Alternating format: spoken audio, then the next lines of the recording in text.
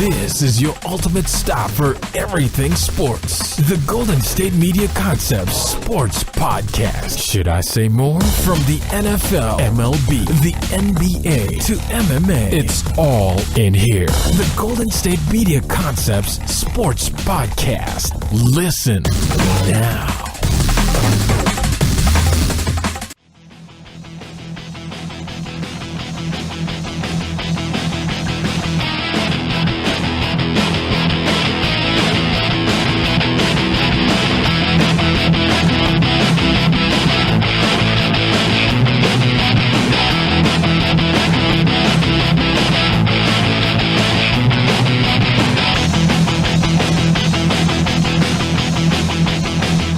And welcome to the GSMC Sports Podcast, brought to you by the GSMC Podcast Network. I am your host, Jeff Malinoff, and with me once again is Marc Souza. We have a lot to talk about in this last 24 hours in sports. We got the ALCS and NLCS, especially we got to talk about the ALCS controversial home run in the first inning. We also want to talk about the Thursday night football matchup between the Cardinals and the Denver Broncos. We also got NBA action in our third segment, which we have a lot to discuss about that because we have a lot of new players on new teams. And in the fourth segment, it's kind of a free-for-all. We talk about whatever else we need to talk about that we think is topical in the world of sports. But let's go to that first topic, the ALCS between the Red Sox and the Houston Astros, Game 4. We had an 8-6 win for the Red Sox. They're one win away from the World Series.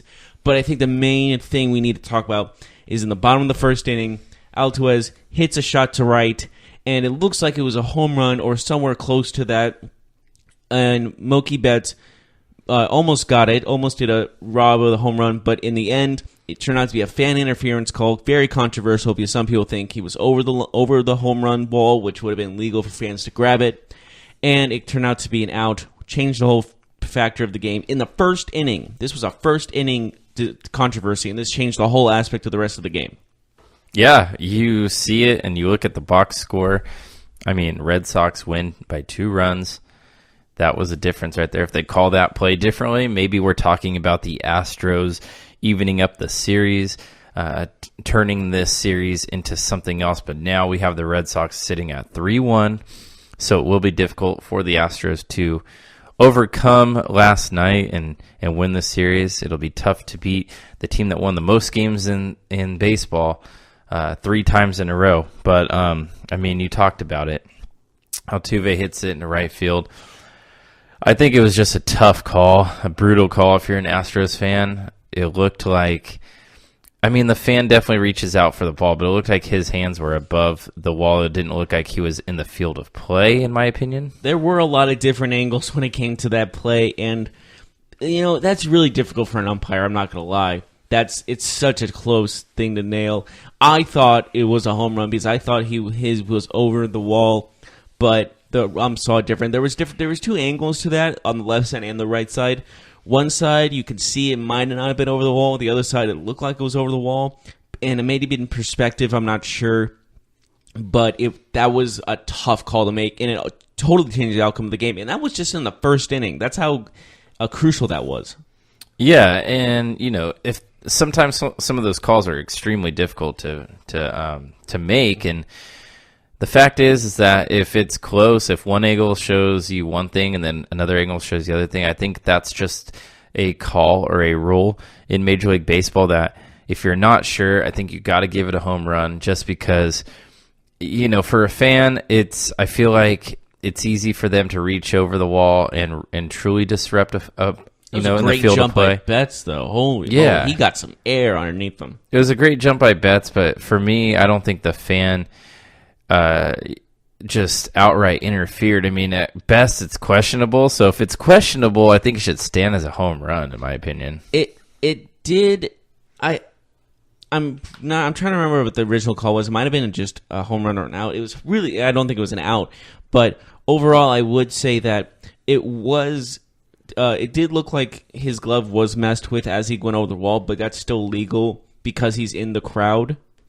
But overall, it looked like it's so tough to call. That's a judgment call. That's just the umpire could have went either way with it, and we would still be talking how controversial it was. How controversial it was, excuse me. So what did you think of the rest of the game? I mean, 8-6. Oh, it was exciting. There was runs throughout most, every inning almost had a run.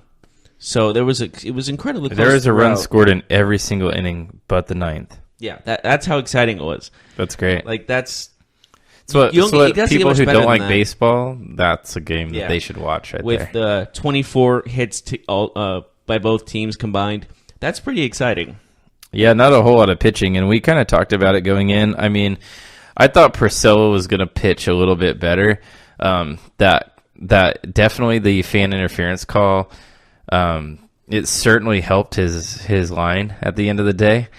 But I did expect Charlie Morton to struggle as pitching for the Astros since it had been some time. Well, these are the two best hitting teams in the league at the moment that are still alive. You can make an argument that the Yankees are also up there, but right now it's the Astros and the Red Sox for sure, best hitting teams in baseball. So we all knew it wasn't going to be a pitching series. It was going to be a hitting series. Yeah, and this game was the epitome of that, as you saw both pitching staffs just pretty much get crushed. I mean, no pitching staff really shut it down, even past the starting pitchers. Both bullpens, allowed runs. Another shaky outing for Craig Kimbrell. What do you think about him? Do you expect him to bounce back from that, or do you think right now it's a mental thing for him and he'll continue to struggle? The thing is with that is I think he knew going in that it was not going to be easy. It wasn't going to be like, this is a pitcher's duel kind of game he's going into. I just got to hold him to this amount of runs or this amount of home runs. Yeah, absolutely. I think that's just he should go in all right, I can do my best to try to get these guys out. If it was a 6-out save, but yeah, he was shaky again. Yeah, but I think he was just if I give up a run, that's fine, but I can't give up that many runs. I just got to hold them maybe to runners on base and hope my defense comes in clutch for me. Because I think he was trusting his defense that would come in clutch. Well, speaking of trusting his defense, how about that Benintendi catch to end the game in left field? Heartbreaker for Astros fans. But what a catch it is to end a game. I mean, we see those plays happen frequently in baseball. I mean, it doesn't take away from the fact that it's a great play, but to end the game, I mean, man, it looked like the Astros right there. When that ball came off the bat, it looked like, okay, now we have a new ball game. But Benintendi said, no, I got this. That's not happening. Yeah, Benintendi told Craig, he said, I got you, Craig. I got you. We're good here. So a great catch as he's sliding in from left field. So tough for these left fielders to play in this series. They have no relief. They play in Boston. They got the monster behind them. They play in Houston. They got the mini monster. That's what I'm calling it. I don't know if that's what they call it, but monster. What you just called the big monster, and then Houston's the mini monster.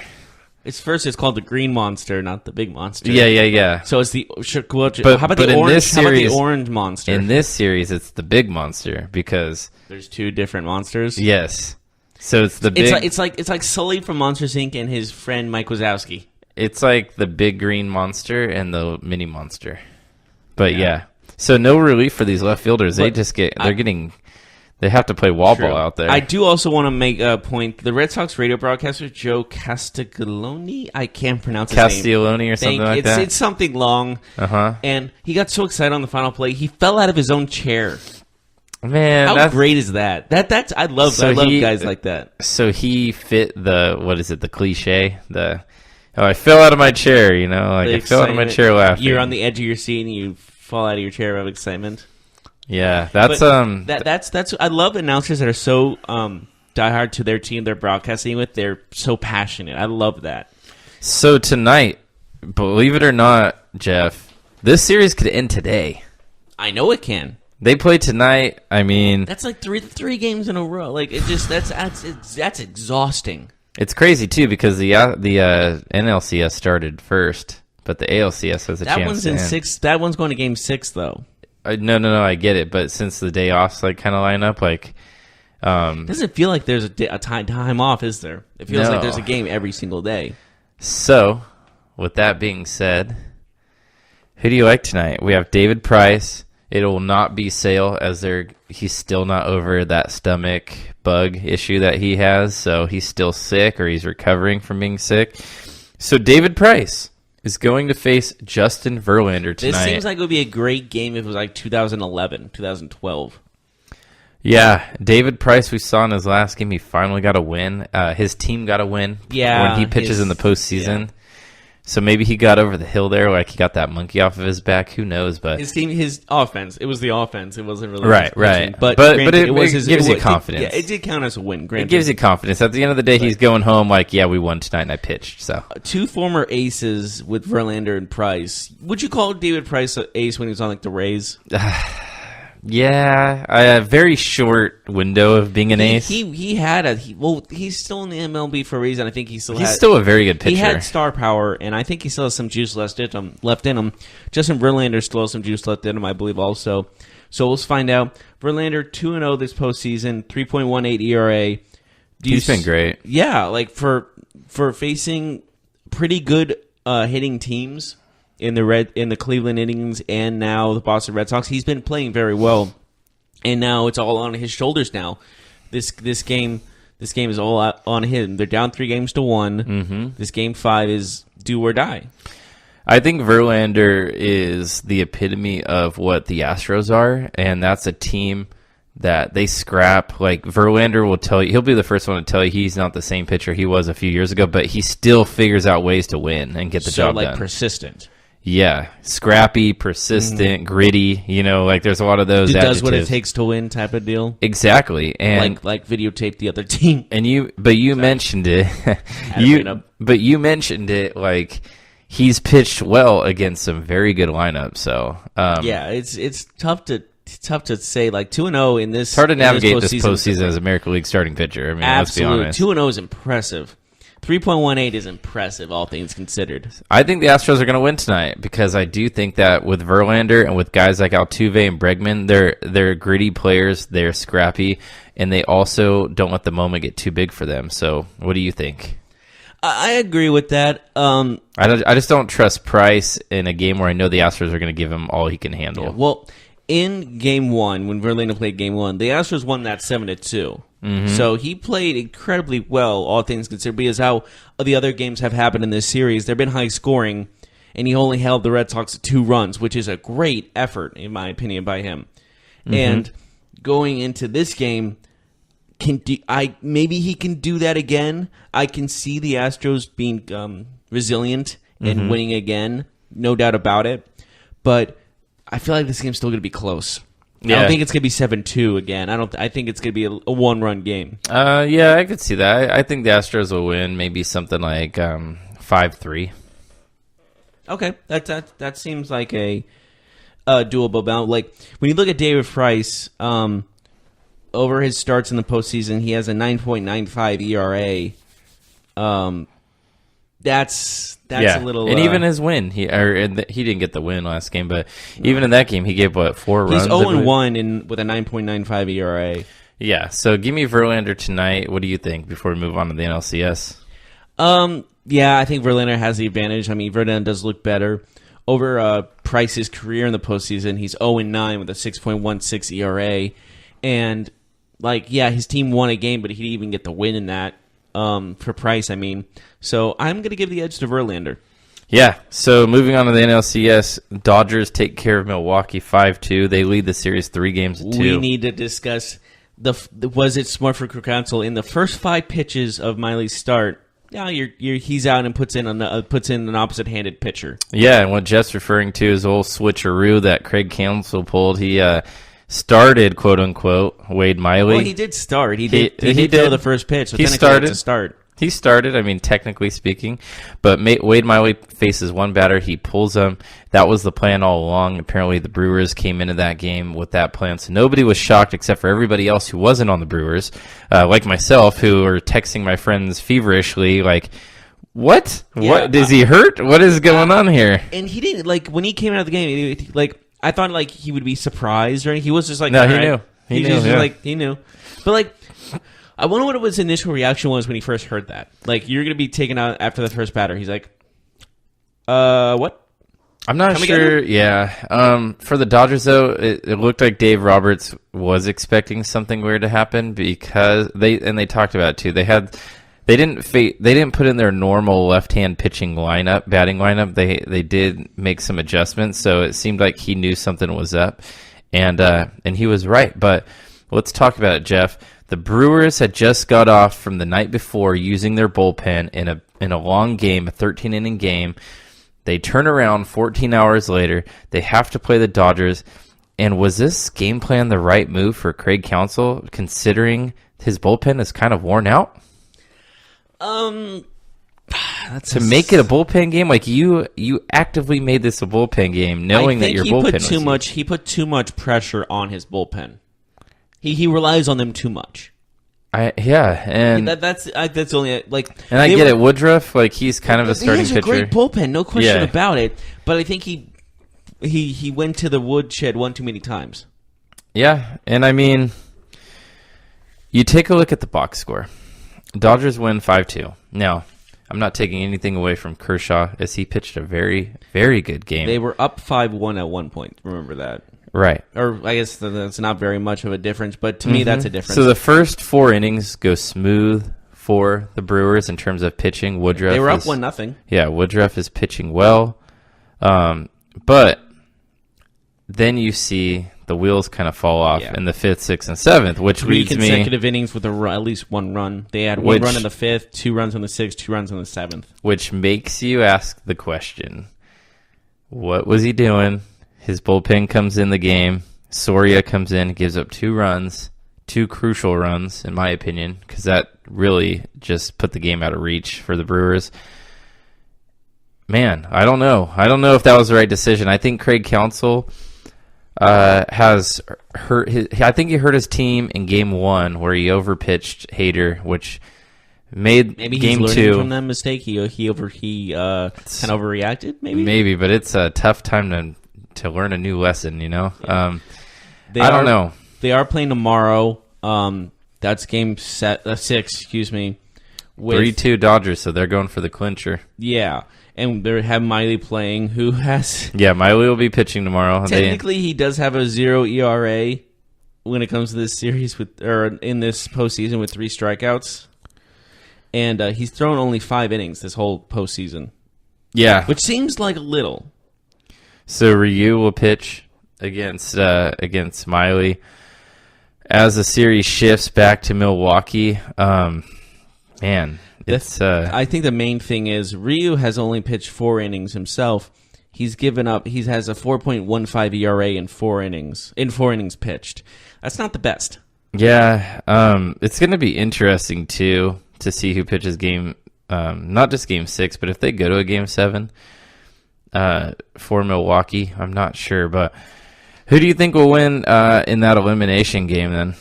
Game 7, you're saying? No, let's talk about game 6 first. Okay. Yeah, I thought you were talking about game 7 for a second. I'm like, let's hold off there a minute. But anyways, Ryu versus Miley. They did that Miley thing for a reason. Now Miley's going to get a real start. Maybe. Keyword is maybe, because who the heck knows now?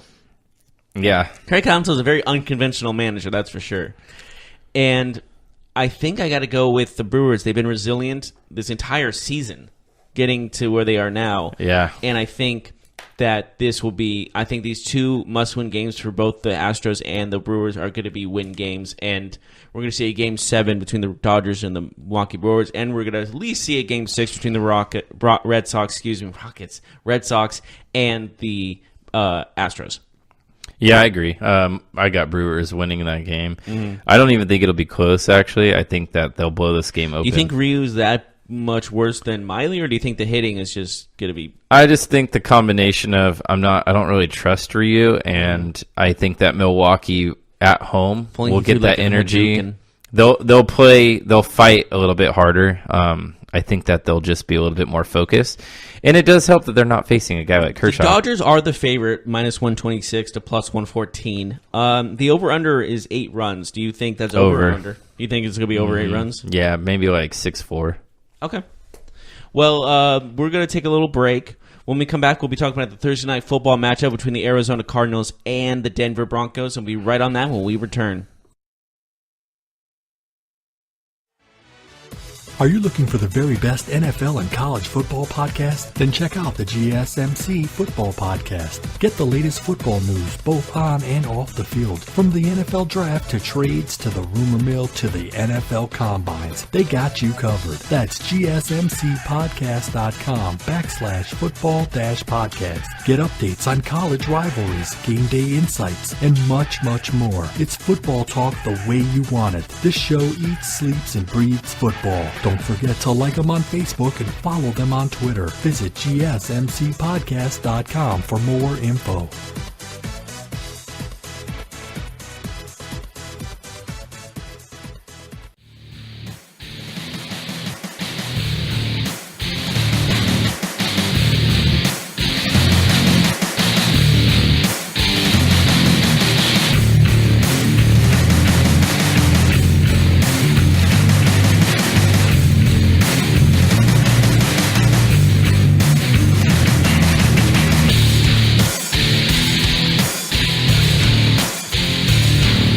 And welcome back to the GSMC Sports Podcast. We just finished talking about the ALCS and NLCS as those games are moving on to today and tomorrow.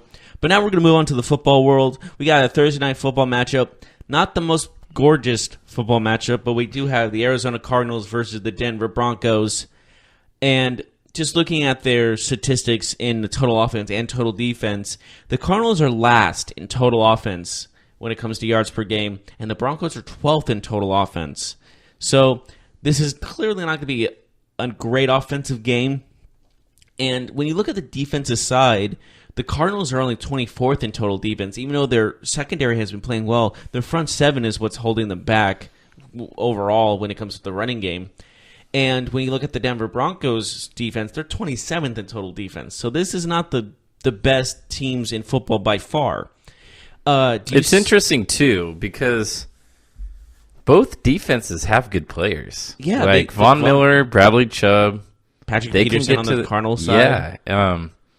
But I think the Cardinals are actually pretty good at creating turnovers, so that saves their yardage totals. But still, 24th is not... No, not great. Yeah, and 27th on the Broncos side seems like it's wrong, but their secondary is...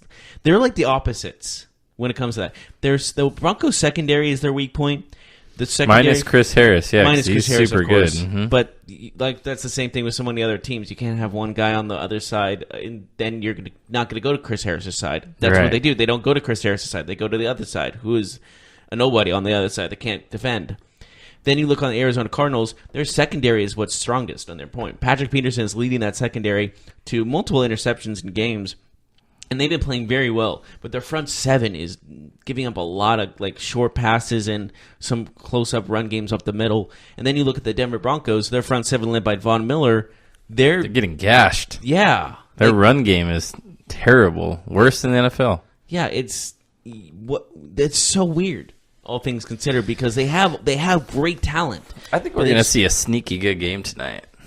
Yeah, maybe. You look at the Cardinals rushing offense. Let me stop there. Go ahead. Cardinals rushing offense. David Johnson is their leading rusher. 92 carries for 297 yards and 5 touchdowns. That's not good. Yeah, 92 carries and 297 yards. That for David Johnson, who's supposedly one of the best running backs in the league. You can't have that. Under 300 yards in 5 games?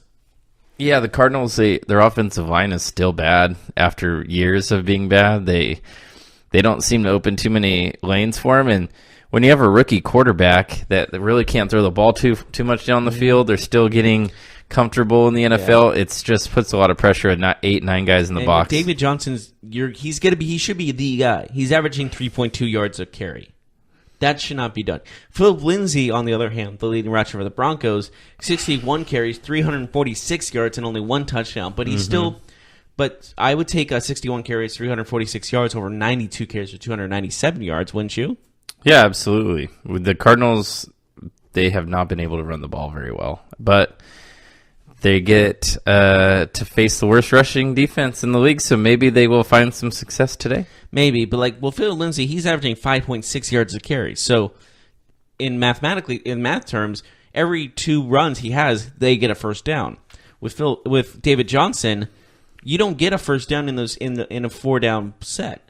Like, if you run the ball every single down, then maybe you barely make it. But in 3 downs, he's only getting 8 yards. Yeah, 9 yards, excuse me. I kind of talked about it. The defenses know that their offense is going to go through David Johnson and Josh Rosen, despite having a couple long touchdowns and a couple long passes. He's more of a short to intermediate throwing type quarterback. So you're seeing a lot of defenses kind of squeeze them in. And I think one of the questions that people aren't really asking about the Cardinals, and it's a tough question. Like it actually kind of isn't fun to talk about. Is Larry Fitzgerald just done? Like he's not getting a lot of separation? Well, I'm glad you said that because he's not even leading receiver for the Cardinals right now. It's Christian Kirk, who has 25 I don't think receptions. Larry Fitzgerald has broken over 40 yards receiving in any game this year. Yeah, and Christian Kirk, the leading receiver, has only 311 yards on 25 receptions and 1 touchdown. That's not who should be your leading receiver. And then you look at Emmanuel Sanders, he has 40 receptions, over 500 yards. He's having a very good 2 season. touchdowns. Emmanuel Sanders is having definitely a good season. He has 501 yards receiving and 2 touchdowns. That's a pretty good, And speaking of the Broncos, we've seen Demaryius Thomas actually lose snaps. He's actually not the second guy on the receiving core with the most snaps. It's actually Cortland Sutton, their rookie wide receiver. So I think they want to give him more time. I think they want to see what he can really do. But Emmanuel's been the consistent one. He's been their go-to. He's the go-to. Guy. Well, yeah, I think Case Keenum and Emmanuel Sanders have like this. I think when you see a quarterback go to a team for the first time, you immediately see who's his go-to. Emmanuel Sanders is him. That's his number one. But then you're looking at like points per game. The Broncos have 20 points per game. That's not bad. That's roughly 2 touchdowns and 2 field goals. It's not bad. It's not good. It just is what it is. The Cardinals only have 13.7 points per game. Now that's bad. That's bad. Yeah, that's bad. You want to look at their points allowed per game? I would actually say both are bad, but one is obviously considerably worse. 20 you can win with 20. You can. You 13, can't really that's win hard to with win 13. With. Yeah. You want to look at their points allowed per game? Yeah, go ahead. Who do you think has more points allowed per game? Denver. Denver has 25.7 points allowed per game, and the Arizona Cardinals have 23.2 points allowed per game. Yeah, because this is not a defensive matchup by any means. The Broncos, although they were impressive against the Chiefs, I'll say their defense held the Chiefs mostly in check, or the Rams, I should say, but the Jets really gashed them. Like, the Jets really put one on them. It was brutal to watch. It was a slaughter. But looking at this and looking at all these stats here, this game is not good on paper. Sam's going to be awesome. Sam's not good on paper by any means. Write this down. Marc Souza says that this game will be sneaky good. Maybe because their defenses are so inept. The only thing that could make this game better is if the Broctagon was still on Denver. It's fine. I'm not going to say anything about that anymore. But by the way, did you hear that he's getting a start this weekend? Yes, he is. We'll get more on that in the later segments because that deserves a whole conversation in itself. I agree. But looking, of course you do. You have a man crush on Brock Osweiler, don't you? What's his name? Broctagon. Oh my god! All right, sorry. Let's move on. Let's talk about tonight, though. I think it's going to be a sneaky good game, honestly, because you got. I get it. These teams aren't good, but this game has the potential to be good because you have the Broncos can't stop the run. The Cardinals need a get-right game when it comes to running the football. Both these teams need a get-right game. David Johnson might have himself a dandy. He might have himself. He needs it. 92 carries. You don't have 300 yards, and you're supposed you ready to be for a hot take? Yeah, okay, go David for it. Johnson, 137 yards rushing and 2 touchdowns. So you're saying he's going to almost double 175 total yards for David Johnson. So you're going to saying he's going to basically double his stats? Yes. Okay. That's a big possibility. But when my number one running back is getting 92 carries, which he should be getting that many carries, granted, but he's only getting 297 yards, is that his fault or is that his offensive line's fault? It's his offensive line, 100%. So you won't give David Johnson any of this blame? I actually think that David Johnson's been not as impressive as Saquon Barkley, but there are a lot of runs where it doesn't show up in the box score. He'll get like a 5 or a 6 yard run, and then I'll go back and look at the highlights and I'll look at the games, and it's like, okay, he got a 6 yard run, but he broke 4 tackles. Like the dude is getting hit behind the line, and the fact is that although the Cardinals have tried to back off defenses with their long passing, like with Christian Kirk trying to get behind the defense, and it's happened a couple times. The fact is that defenses are not scared of their vertical attack. I think that teams know. I mean, we know that Larry Fitzgerald is not the same receiver he was 5 years ago. We know that, but he's also been very consistent in the intermediate passing game until this season. Now, I know people will say he did lose Carson Palmer, who was at the end of his career, no doubt about it, but a good quarterback, an accurate quarterback. Yes, exactly. Yes, they had that chemistry. So, and the thing with Josh Rosen is he's not a deep thrower. He's not. He's more of a West Coast kind of offense. That's why I'm thinking this team's not going very long passes. And Fitzgerald can probably still get a good like 15, 20-yard pass to him, a good deep post type of thing. And but we talked about Josh Rosen's not that quarterback. And we talked about the Broncos' defense not being really that great, but they do have a couple good pass rushers, Von Miller and Bradley Chubb. But Chris Harris is one of the best corners in the NFL, and he is a slot corner. So that means Larry Fitzgerald, absolutely. You still think Fitzgerald still got that starting juice in him, though? Well, he is a slot corner, and Fitzgerald is going to run most of his plays from the slot or from the inside. So I think you put him there. And what's nice about a guy like Fitzgerald or Chris Harris? Chris Harris, okay. Excuse me. What's nice about a guy like Chris Harris is since he's so good, the rest of that secondary can kind of focus on Christian Kirk, because we know that Christian Kirk has been Rosen's go-to guy since he took over the starting job. I think the reason for that is he knows Fitzgerald's at the end of his career and he doesn't want to rely on him too much because he might be gone by the end of the season, and what are you going to do after one season your main guy, your go-to is gone? You don't want that. Yeah, I agree with that, but at the same time, you're a rookie quarterback. You usually lean on guys like Fitzgerald because he's such a good vet. He's a Hall of Famer. Like he is. Absolutely. He's a Hall of Famer. And his strength happens to be your strength, which is a short and intermediate passing game. So I just think, like, I hate to say it. Me short? I hate to say No, that's fine. I hate to say that I think Fitzgerald is just, I know he's been dealing with a hamstring issue, but I just don't see him getting any short. We know that he's not a speed guy, but he's always been able to get short separation here and there where he's able to, like how Rosen's just not throwing to his sweet spot. You know what I'm saying? He's not getting those. Yeah, it's that, but I also think that he's just not getting the separation to give the quarterback the confidence to really. You think Josh Rosen should be the starter though? Yeah, I do, because he was projected to be even the number 1 overall pick. And I do think they should all the way start down to 11. You pick him with the 11th pick in the draft, and that was like a steal. People thought that was the biggest steal in the draft. I think it was right for them to let Bradford start the season, but I mean, quickly we saw that probably wasn't going to work out. He's done, Bradford. I think that he could be a very good backup quarterback for somebody. I would say that he could. If Sam Bradford became a backup quarterback like he is now, but let's say he moves on after this year because he signed a 1-year deal, I think he'd probably be the best backup quarterback in the NFL. I mean, other than Nick Foles.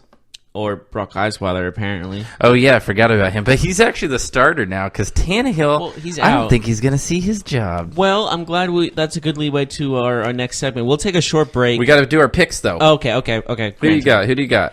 I'm going to go Denver. Denver Broncos. You love Case Keenum. No, I'm just saying that I will pick the best offense versus the 12th best offense versus give me a the score. Worst. God, give me like 7-14. Really? No, give me 17. Come on, man. Give me 17-13. Give me 17-13. God, what a buzzkill. I'm sorry. Well, one averages 13 points a game, the other one averages 20. Do you expect a 35-30 game? Your Arizona Cardinals are going to win this game, and they're going to win this game 27-24. That's not that high much above mine. That's a very high score. Are you kidding me? Yours is 30 total points. Mine's 51. That's insane. That's a 3 touchdown difference. Okay, granted. But what I'm saying is you're expecting these teams. One is last in total offense. You're expecting them to get 24. Is this a push-up bet? No. But we do that for fantasy football. Check that out. But one is last in total offense. You're expecting them to get 27 points. They're at home on a Thursday. Weird things happen on Thursday. It's like it's October, Halloween, so it's like why he's doing this weird like spooky skeleton dance. I wish you guys could see this. It's kind of terrible. Yeah. But anyways, you're expecting the last ranked offense in the league to get 27 points. Hey, weird things happen all the time. David Price won a postseason game. The Cardinals are going to win. He didn't. Well, his team won. Statistically, he did not. The Cardinals, they're going to win 3 games this year, but they're going to win today. All right, whatever. That is Book it. That is our okay, whatever. I'm not going to listen anymore. That's our segment. We're going to take a short break. When we get back, we're going to talk about the NBA because a lot has happened in the beautiful game. We have so many more games to talk about. Beautiful game of No more soccer. off-season talk. It's all about this season. It's all about right here, right now, and we'll be right back right after this.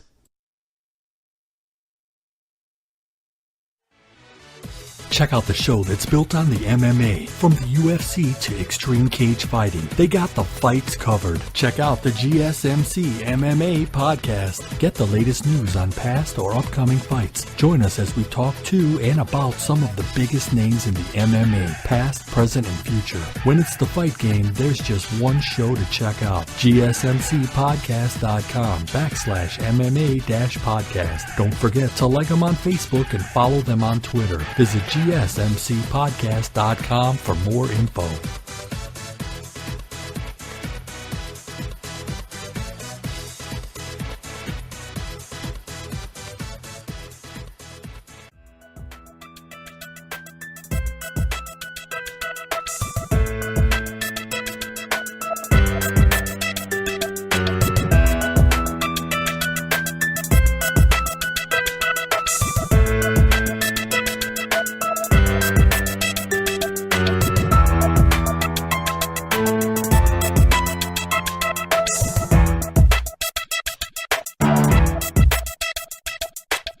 And welcome back to the GSMC Sports Podcast. We've talked about the NLCS and ALCS matchups that happened yesterday, as well as the games coming up in these last couple of days. Then we talked about our Thursday night football, maybe surprise of the week. Apparently, Gonna be a good game from Marc between the Cardinals and It'll the be a top 5 game between the Arizona Cardinals and the Denver Broncos. Now we're going to talk about the NBA because a lot of games happen and a lot of kind of surprising things have happened. We'll talk first about the Pelicans really handling the Houston Rockets 131-112. Davis had 32 points and 16 rebounds, leading the team like that. Do you see this as like what's to come for the Rockets? Should the Rockets fans be concerned about this? You don't want to overreact after one game, but I do think that we saw some things in that game that would lead you to be concerned if you were a Rockets fan. I mean, you expect Anthony Davis to have monster games because Anthony Davis is a monster, right? He's kind of the main. He is the weapon of that team. Now, with that being said, you allow Mirotic 30 points, 10 rebounds, 3 assists, and then you allow Julius Randle from the Lakers, and their new signing in the offseason. Came off the bench, mind you. Yep, replacing DeMarcus Cousins. He scores 25 in 24 minutes. He grabs 8 boards. 25, 8, and 3 in 24 minutes. That's a heck of a game. My thing is, if you're the Houston Rockets, you cannot allow 87 points between 3 forwards. And I want to also add that stop for a second. 87 I know, points. But I want to add that's almost a good team game by 3 I know, forwards. but I want to also add something crucial is that every starter had at least 10 points. Every starter. Peyton had a 10-10-10 game. Wow, that's 10 that's points, actually, 10 rebounds, 10 assists. He had a triple-double. You think he got all 10 and he was like, okay, I'm done. Well, for a point guard, I hope that wasn't the case. He was like, I just need one more point. I need one more rebound. If my starting point guard got 10-10-10 a game, Take I would it. not. Yeah, I would Take not it all complain day. at all. 10 rebounds and 10 assists alone is impressive for a point guard, let alone 10 points. Mirotic was just on fire from downtown. 6 of 8. Like, my problem with the Rockets is I know they're going to score points, but they can give up points. And when you give up 131 to a team, that's not a great outside shooting team. Speaking of the three-pointer, you got to also see a Drew Holiday who had 0-6 from 3. Yeah, him and Elfrid Payton, but other than that, everybody else is just knocking him down. You got Mirotic 6 of 8, Moore 1 of 3, Randall 2 of 4. Like, if Randall's hitting 50%, a power forward is hitting 2 threes. Yeah, that's a problem. Yeah, and Mirotic is a power forward too, 6 of 8, but he is more of a shooter. Look at the Houston Rockets defense. James Harden does not play defense. Which is funny because I remember his early years in Oklahoma, and he was kind of like their defensive guy. Oh, now he's all about shooting and defense. He was like he's their not about defense. He's specialist. he gets offensive rebounds. He gets shots off, and he gets assists. Like he had a subdued game, 18, 9, and 10. I mean, decent stats other than points, but usually his points are up on the 27, 28. This guy's the guy is the Shaq the Fool Hall of Famer. Mm-hmm. Do you see that Shaq the Fool stuff where he's like literally not even playing defense? Yeah, they make fun of him a lot. Well, if you're going to be the franchise player, you got to play defense. I'm sorry. Speaking of somebody who doesn't play defense, Carmelo Anthony, how did he do in his debut? He came off the bench, and we talked about this the other day, that I don't think he's starting on this team. No, I don't think so either. But remember, he was saying, like, no, I'm not going to come off the bench. That's a joke. So he laughed it off when he first heard that when he was with Oklahoma City. And now Carmelo, if you want to start, I think you're going to have to do better than 3 of 10, 9 points, and 4 rebounds in 27 minutes. You just 27 rebounds, yeah, that's... You got to be more efficient. You can't have 9 points on 10 shots. 0 assists, too. I think that's also pretty crucial for him. I think that the Rockets, I don't think they gained anything with signing him. He also went 2 of 4 from free throws. And if you don't make your free throws, that's a problem. Yeah. And he had 4 fouls. That's average at best. Not great. Not great. So the Rockets, what do you take from this? Is this a concern? It's just the first game, but... Well, they didn't have one guy go past 20 points. Chris Paul had 19 points, 5 rebounds, 6 assists himself. But when you're looking at when you're two guys, Chris Paul and James Harden, do not go over 20 points, either one of them, I would say that's a cause for concern. Mm-hmm. What other games happened last night that you noticed? Ooh, the Timberwolves and Spurs. Let's talk about that one. Jimmy Butler actually played for the Timberwolves, which I didn't think he was going to play a game for them, personally. And he actually did pretty well. Jimmy Butler had 23 points, 7 rebounds, 3 assists. Did go 9 of 23 from the field, which is not the best. He had 4 steals, though. So he had a pretty decent game. Jeff Teague had 27 points and only a rebound and 4 assists, but 27 points from Teague is pretty good from your point guard. Wiggins also had 20 points. Karl-Anthony Towns had a kind of a rough game. He only played 22 minutes with 8 points, 9 rebounds, and 3 assists. But you know who really surprised me? Derrick Rose had 31 minutes, almost as much as Butler did, with only 8 points, 4 rebounds, 2 assists. He went 3 of 12 from the field. But giving that much time to Derrick Rose coming off the bench, that's a lot, in my opinion. Yeah, I mean, he's a shell of his former self, which is sad because he was an MVP. He still gave him half an hour. Yeah.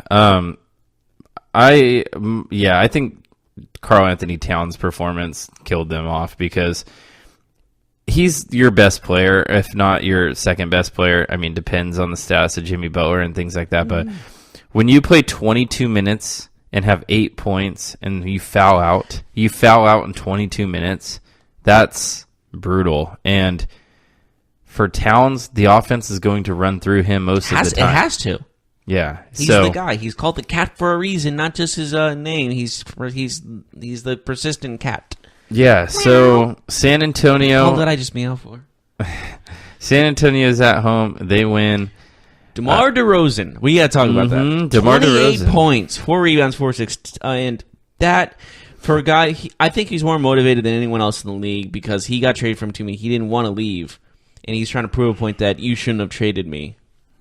All things considered. Mm-hmm. Yeah, but, Kawhi wanted out, so they got what they could for him. 28, 4-4, a decent game for him. LaMarcus Aldridge also had a great game, 21 points, 19 rebounds. 19 rebounds, that's pretty darn good. Yeah, it's going to be interesting to see. Oh, he also had 3 blocks, Aldridge did. Aldridge did great. For San Antonio, it's going to be interesting to see how they replace not just Kawhi, but their point guard who is out for the season, DeJounte Murray. So Forbes got the start, played decent, but that's going to be the conversation all year is how they can overcome that DeJounte Murray loss. With Patty Mills and Forbes and some other guys that are maybe required to play in that role. Rudy Gay also kind of did his part. He had 18 points and 7 rebounds. I mean, for your starting small forward, for a guy that played only 23 minutes, that's not bad. Yeah, so why don't we take a look at the Toronto Raptors with their new franchise player. Would you call him? Is Lowry still their franchise player? Or would you call Kawhi their Kawhi. Yeah. Well, let's see if he stays. We'll see if he stays, but as of today, as of this year, he's their franchise 24 player. points, 12 rebounds. That's a pretty good game for a debut. Lowry had 27 points and 8 assists. That's a pretty good game himself. That's a really good game. When both your best players have over 24 points in between them, that's not bad at all. Yep, Kevin Love on the other side, he led all scorers for Cleveland with 21. He had 7 boards and chipped in with 2 assists as well. But only 5 of 18 shooting. That's a brutal game for Kevin Love. 21 looks nice, but you don't want to go 5 of 18. What are you thinking if you're one of those guys that got traded to the Cavaliers last year to help LeBron win a championship and then he just leaves? You feel abandoned. You feel a little bummed, no doubt about it. You feel like when people leave their pets on the side of the road. That's a sad thing to think about. Who does that? Some people. But the devil. Anyways, back to not sad things. Kevin Love, you got to be more efficient than that. But to be fair, he all of a sudden is their main guy. Like all of a sudden, Kevin Love is their Tristan Thompson, also who played for 27 minutes, had only 3 points and 13 rebounds. I don't think that's very good. 13 rebounds is good. 3 points should not be good for your starting power forward. How can you be that tall and only score 3 points? That's all. That's what I think. He only shot 5 times. He went 1 for 5. Yeah, but you would think of like rebounds, tip-ins, like free throws. You get fouled when you're under the basket, but nope, 3 points. That's terrible. I think the talk of the town, the talk right now is Kawhi Leonard with 24 points and 12 rebounds. Nice debut. They won 116-104 over the Cavaliers. The Raptors did. Nice debut for him. Yeah. The Bucks also managed a 1-point victory margin over the Charlotte Hornets, 113-112. Woohoo! And with the Greek Freak, 25 Say points. his name. Giannis Antetokounmpo. Antetokounmpo. I'm sorry, I can't pronounce it. I feel bad. Antetokounmpo. Yeah, that's how I say it. It's like there's Antetokounmpo. Antetokounmpo, but I say Antetokounmpo. So many vowels in there, man. The Greek Two Freak. vowels should not be right next to each other like that. So how'd the Freak do? He had 25 points and 18 rebounds. 18? Yeah. And 8 assists. He almost had a triple-double here. Yeah, he almost had a triple-double with 2 over 20. When you're the franchise, he's definitely their franchise guy. And if he performs like this the whole season, they're forced to be reckoned with when it comes to postseason. Oh, yeah, absolutely. But, they do get the win. They probably should have won a little bit easier. This was also Tony Parker's first game as not a Spur. But Kemba Walker is that dude with 41 points last night for Charlotte on 29 attempts. That's not bad at all. Yeah. But 4 assists, I mean, you got to maybe dish it out more. He's scoring. He can't put the ball in the back of the net and get an assist. Can I read you his starting lineup, the other starting lineup players, how they did? Yeah, go ahead. Baden with 5 points, Williams with 5 points, Zeller with 5 points, and Lamb with 10 points. Yeah, Kemba didn't pass because they couldn't score. Well, Tony Parker had 8 points and 7 assists. Maybe Kemba was passing it, but they were missing shots. So then he had to go, do it himself. And you still lost after a 41-point performance from one of your guys. That's bad. Yeah, I mean, there's only so much you can do as one player. But yeah, you're right. It sucks to have 41 from your guy, and you still take the L in that game. So Milwaukee wins. Any other games you want to talk about? Yeah, I was super interested in the Suns and the Mavericks, considering we had the number three pick. So DeAndre Ayton, Luka Doncic. They played against each other. They both got the start. Luka, he started off really hot, but then he faded fast. Yeah, he only had 10 points. I think he had 6 in the first quarter, or 8 in the first quarter. He did have 8 rebounds and 4 assists, so he did pedestrian. He showed some flashes, though. But DeAndre Ayton, 18 points, 10 rebounds, 6 assists in his debut. That's pretty good for a rookie debut. That's pretty Almost good. a triple-double. I'll take that. And he was 8 of 11, which is super efficient. A lot of it was inside the key and very easy. He's going to get a lot of those inside He's the a key, great very post easy. player. Well, he's the baskets, number one you know? pick for a reason. He's a great scorer, but he's great scoring in the post. Like, he can overpower some people. Mm-hmm. But And on you know, defense, it's the other way. But on defense, it's the completely opposite thing. They overpower him. It's very weird. But what's most impressive is that he had to go up against DeAndre Jordan yesterday, and DeAndre Jordan is a bona fide center in this league. He's not He's getting old, though. Yeah, but he's not like a stretch player. He's not a stretch 5. He did have 11 He's a points. bona fide center, and Absolutely. DeAndre Ayton played well. He against him. had 11 points, 12 rebounds in his own right. Yeah, but he got dominated by the Rook. No, one's the young and agile, and the other one's kind of old and getting slower. I'm not as good as I once was. Yeah, DeAndre Jordan wasn't. DeAndre Jordan was always just this highlight reel. He never was like a full fundamental player. Yeah, but he's a good defender. And Yeah. he's a rim runner. Like, yeah, he scores a lot of dunks. Like, he got like 60% of his. He faced a points guy on- like 10 years his elder or younger, Yeah. and that kind of showed like the speed that Ayton had was over DeAndre Jordan. Yeah. So tonight, Lakers and Blazers play each other. I'm going to be interested in that game. Bulls 76ers, but definitely Lakers and Blazers on TNT. I think will be good. LeBron's regular season debut with the the LeBron Lakers. Yeah. So Portland will be hosting. We'll see. I'm interested in see if they'll have a tribute for Paul Allen, their late owner who passed away. So I think that will be an interesting game to look for if you're watching basketball tonight. So that is the late game on TNT. The first game is Bulls Sixers. Heat and Wizards are also in action. So we should probably take a break.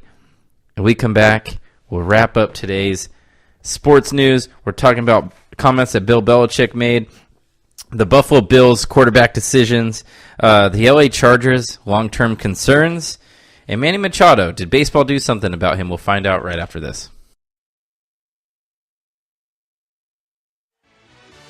Are you looking for help for your fantasy football team? Check out the GSMC Fantasy Football Podcast. Get today's best advice on who to start, who to sit, even who you should draft. From sleeper picks to red hot lineups, they got it all covered for you. That's GSMCpodcast.com/fantasy-football-podcast. We'll cover traditional leagues, dynasty, PPR, even IDP leagues. When you need fantasy help, there's just one show to hit up. Don't forget to like them on Facebook and follow them on Twitter. Visit GSMCpodcast.com for more info.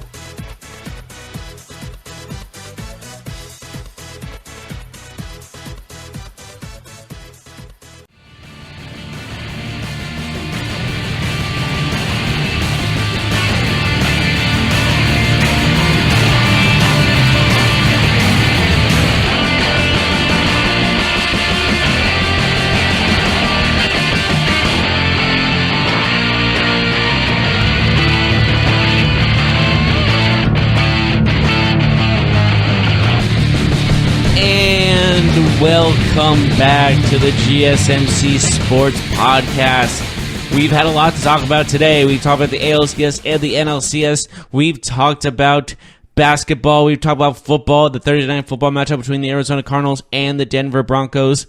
Now we're moving on to the last segment, which is kind of a free-for-all type segment, but you kind of spoiled a little bit what we were going to talk about. Let's start with the Brock Osweiler. Don't say it. I know what you're going to say. I don't know who Brock Osweiler is, but I know who Broctagon is. Then fine, you say the news. What's up with him? Brock Osweiler is so good that the Dolphins have benched, right? No, I'm just kidding. They have benched him for injury reasons, so Tannehill will not start again because of his shoulder. Next week also.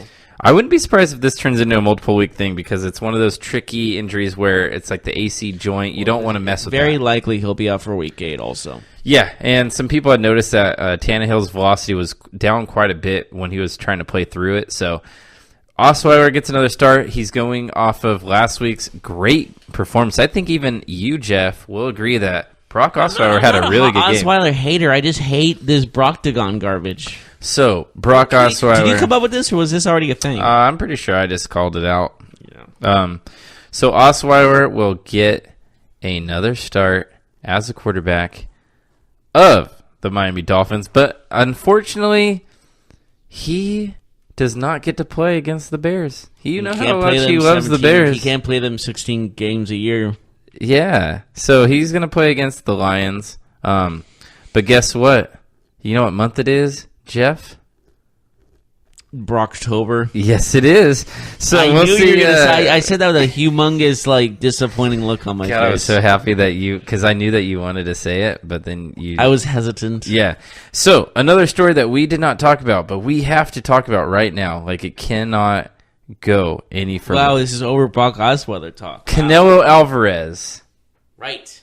Canelo Alvarez, boxer. Right. You know him as a boxer. It's $365 million contract he signs to keep fighting. How many? Is it 11? It's 11 fight contract. That's 11 fight, 5-year deal. So he has to fight 11 times in 5 years. That's a lot. It's with a streaming service. I don't know if I'm saying this right, but it's DAZN. So I don't know if it's DAZN or if it's just DAZN, but it's a streaming service dedicated to sports. I've never heard of that service. Have you? I have not. But apparently they're making a splash because... How do they pay him? Where are they getting this money? I don't know. But it's a bigger contract than Giancarlo Stanton's when he signed with the Miami Marlins for $325 million, albeit less on the yearly. $360 million. Yeah. 65, you said 69? Yeah, DAZN itself, very new. It's launching in select countries. Who is giving him this money? So this September is the first month that DAZN has launched in the United States. It's available in other countries, but it's now in the U.S. market. So they're looking to make a big splash, and obviously we're talking about it. That's not just a big splash. That's a tsunami. And they do their service on a subscription rate of $9.99 a month. And if you have that subscription, you can watch. They probably have around 100 million. They probably have a bunch of millions of subscribers, probably outside the United States. That's probably where they're getting the money. That's my guess, at least. And it looks like, not just sports, but TV viewing in general is just going towards these streaming services where these companies will have rights to certain games or certain athletes, and it's just going to create this blank storm for consumers. So, interesting to know that Canelo Alvarez will be paid $365 million. So you need to pay for this subscription fee to watch him fight. Is this what I'm getting? Or a pay-per-view? Yeah, you have to pay the subscription fee. Is it pay-per-view also optional? Or it does not appear that way. It looks like it's just for this streaming service. So that's why they had them exclusive. Just like if you had Netflix or Hulu or something like that, only if you're a subscriber, it looks like you're able to get that. But well, let's look at it. Do you see it? Is this worth the money? Is he a draw to you? What do you think of him? Boxing in general, it really takes a big fight for me to be interested in it. I'll be honest. Versus McGregor. But I just don't. I don't know, man. I'm not sure. We'll see. I wonder if you can cancel this subscription anytime type of thing, because I don't want to go to a pay-per-view fighting and say, oh, it's $100 like it was McGregor Mayweather, for example, and I go, oh, that's so much money, and then you go to the $9.99 streaming service. After you see the fight you want to see, should you just cancel out the subscription? Yeah, maybe. I don't know. It's a new thing. I maybe should not be saying that. I don't know, but I would say the fact that this contract is, first of all, absurd. Maybe not absurd, but how do you say no to that? 11 fights in 5 years. That's a lot of fights. That's a lot going into that. But you can't turn that down. No, absolutely not. So, because he's at least getting that much money with win purse and all that other things and sponsorships and all that. He could get $500 million through all this. Mm-hmm. Absolutely, yeah. We're not talking about all of his other endorsements at all. Yeah, and if he loses every single of his 11 fights in 2-second knockouts, he's still getting $365 million. Mm-hmm. This is a win-win for him. Yeah, absolutely. Because he can retire after these 11 fights and not have to fight anymore because you're set for life. Yeah. Unless you waste $365 million in a span of 10 years, which you shouldn't. I don't know how that would be possible. Yeah, it's an incredible deal, so good for him. I did want to talk about the U.S. Women's National Team 2-0 win over Canada. They win the CONCACAF Championship. I was about to ask you that. I thought it was are they calling it the CONCACAF or are they calling it the CONCACAF Yeah, it's CONCACAF Championship?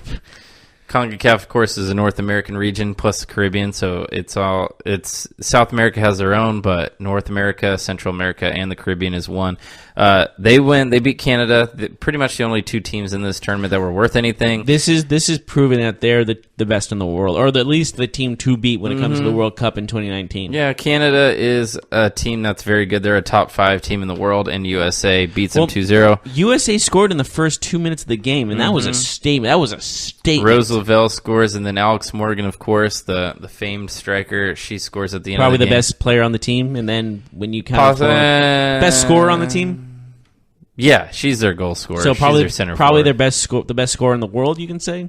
One arguably? of them, yeah. She's super good. If you're the best on a team that's considered the best in the world, that would rank you as one of the best in the world, correct? Yeah, one of the best, yeah, for sure. Yeah, sometimes absolutely. the best, depending on your influence. But, so the Buffalo Bills are going to start Derek Anderson. They will not start You got to go with a better Peterman. segue than that. You can't just go right into that. And then moving on to the world of football. Now go.